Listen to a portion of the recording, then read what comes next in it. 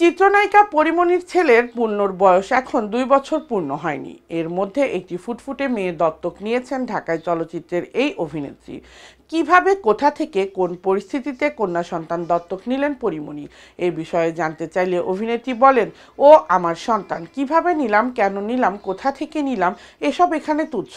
আমি ওর মা। এটাই এখন তার বড় পরিচয়। সব প্রশ্নের উপরে প্রিয়ম তার সন্তান, এটাই বড় কথা। কোনো প্রশ্নের ব্যাখ্যা দেওয়ার প্রয়োজন নেই এখানে। মেয়ের নাম রেখেছেন সাফিরা সুলতানা প্রিয়ম।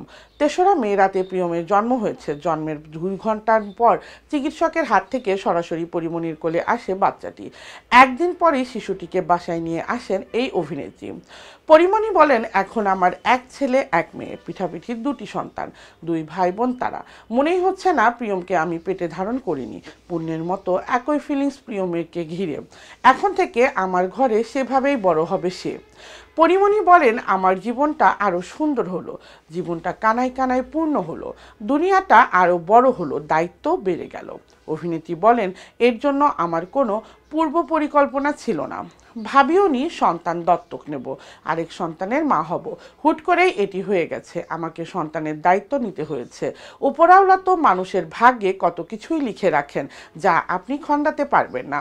উপরওয়ালা আমার জন্য লিখে রেখেছিলেন আরেকটি সন্তানের মা হব, আমি হয়েছি। আমার এই সন্তান উপরওয়ালার পবিত্র দান। উপরওয়ালা তাকে আমার কাছে পাঠিয়েছেন। পরিমণি বলেন, আমি খুবই আনন্দচিত্তে খুশি মনে প্রিয়মকে গ্রহণ করেছি।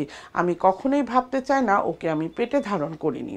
আমার পূর্ণ ছেলে সন্তান, প্রিয়ম মেয়ে সন্তান। পূর্ণ হওয়ার সঙ্গে সঙ্গে আমার ভেতরে যেমন অনুভূতি কাজ করেছে, প্রিয়মের জন্যই একই অনুভূতি কাজ করেছে। পরিমণি বলেন, দত্তক নিতে একটা আনুষ্ঠানিকতা আছে, নিয়ম আছে। সব নিয়মকানুন মেনেই আমি সন্তানকে গ্রহণ করেছি।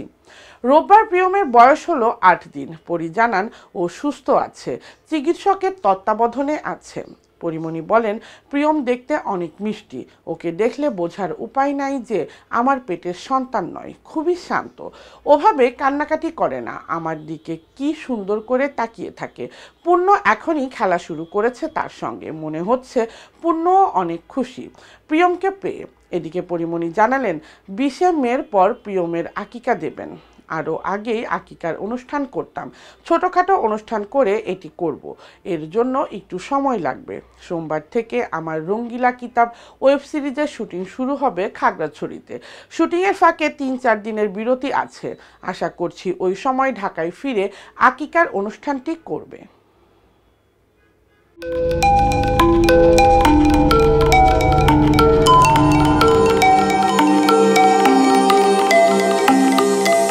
টেক টিভি, দেশ ও দশের কথা বলে।